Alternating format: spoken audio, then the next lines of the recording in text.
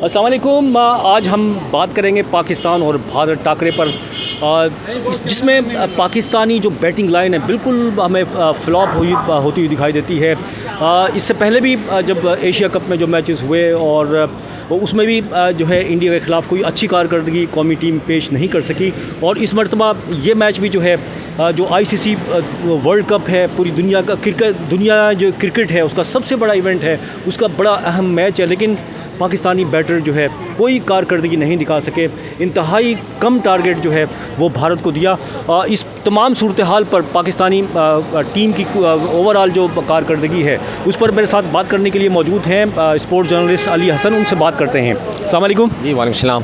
अली हसन, क्या होता है इंडिया के ख़िलाफ़ पाकिस्तानी टीम को? क्या मतलब बिल्कुल बच्चा टीम लग रही थी मुझे तो बिल्कुल। आज देखिए, हमारी एक पुरानी आदत है कि जब भी हम भारत के खिलाफ खेलते हैं हम प्रेशर बहुत ज़्यादा ले लेते हैं। माना है कि 1,32,000 स्पेक्टेटर्स जो हैं नरेंद्र मोदी स्टेडियम में मौजूद हैं, लेकिन इसका यह मतलब नहीं कि हम फर्स्ट टाइम खेल लें, कहीं पर भी रेस्ट और जगह मिलता है।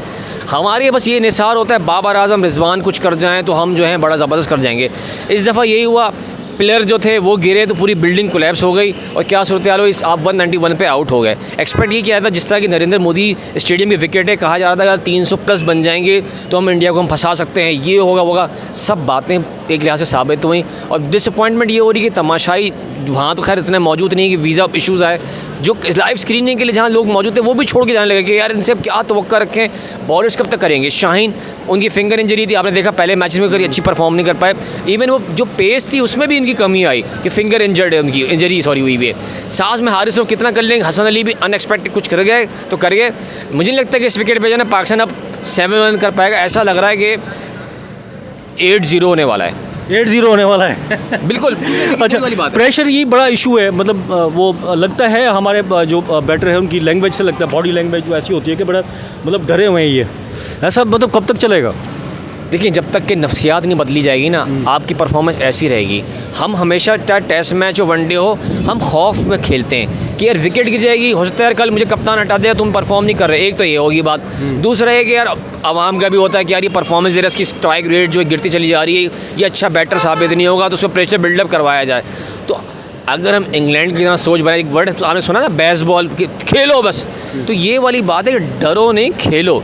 डर के खेलते रहेंगे, रिजल्ट जो है ना हमेशा नेगेटिव में आएंगे, पॉजिटिव नहीं आ सकता। फिर इस मैच का मतलब पूरा वर्ल्ड कप चल रहा है, लेकिन सबको इस मैच का इंतज़ार था और कराची में भी ज़ाहिर है पूरे पाकिस्तान में इसका इंतज़ार था। कराची में आपने देखा बड़ी बड़ी स्क्रीन हर जगह, अब आर्ट्स काउंसिल में तो हम मौजूद ही हैं, यहाँ पर लगी हुई है, और इसके अलावा भी कराची में कई जगहों पर ऐसे इंतजाम किए गए हैं। अब वो बेचारे सारे मतलब इनसे मोहब्बत उम्मीदें हैं कौमी टीम से, आप कोई तो कुछ तो बताएं ना उनको, मतलब लोगों को क्या करें ये, इनको मशवरा दें कौमी टीम को। भाई हम तो यही कहते हैं कि हर दफ़ा जब भी बड़ा कोई इवेंट होता है, पाकिस्तान इंडिया का मैच होता है, तो फिर वो दुआएं होती हैं जो काम करे, क्योंकि आधे से ज़्यादा तो ना मरीज़ बन के अस्पताल में एडमिट होते हैं बीपी की वजह से, वरना घर पे मेडिसिन खा रहे होते हैं या ट्रिप के। भाई यार पाकिस्तान अनप्रेडिक्टेबल है, कभी भी कुछ भी हो सकता है। इंडिया में भी ये सूरत हाल होती है, लेकिन कम से कम आप खेलो सही ढंग से। आप क्या नीदरलैंड से जीत जाओगे? किस तरह मुश्किल से जीते। श्रीलंका से भी आपकी विकेट पहले गिरी, फिर क्या हुआ, रिजवान और अब्दुल्ला शफीक ना संभालते, आपका उधर भी काम तमाम था। अभी तो भाई मजीद बाकी हैं 6 मैचेस, जिसमें आपने ऑस्ट्रेलिया खेलना है, बांग्लादेश खेलना, अफगानिस्तान खेलना है, इंग्लैंड है, न्यूजीलैंड है। भाई लाइन साउथ अफ्रीका लाइन लगी हुई है भाई, पॉइंट्स बनेंगे तो टॉप 4 में आएंगे, वरना तो नीचे चले जाएंगे। और पहली बताऊँ, जितने भी क्रिकेट के जो अपने एक्सपर्ट्स हैं वो पाकिस्तान को टॉप 4 में देख ही नहीं रहे। मैं अपनी बात नहीं कर रहा, मुख्तलिफ वेबसाइट में जितने भी तफसीरें निगार हैं वो ये बोलते हैं टॉप 4 में पाकिस्तान को नहीं देख रहे। क्यों? इनकी बॉलिंग वीक हुई हुई है। लेकिन यहाँ तो नसीम शाह की कमी है। बिल्कुल नसीम शाह की कमी है। एक प्रेशर होता है, शाहीन कब तक खेला करेगा? 10 ओवर के बाद तो 11वां तो नहीं कर सकता ना। बैकअप कौन है, ये चीज़ सोचनी चाहिए। अच्छा, ये आज मूड क्या देखा आपने अभी जब पाकिस्तान की बैटिंग लाइन फ्लॉप हुई थी? जो क्रिकेट लवर्स हैं शायद आप मतलब पूरा दिन उनके अंदर मौजूद थे, क्या उनके जज्बात क्या देखे आप? देखिए, पहले तो हम ये सोच रहे थे कि आज हाफ डे होता है, हफ्ते का दिन है, लोग ड्यूटी पे जाएंगे, फिर 4 बजे छुट्टी होगी तो फ़ौरन घरों पे जाएंगे या जहाँ पे लाइव स्क्रीनिंग है तमाम वहाँ पहुँचेंगे।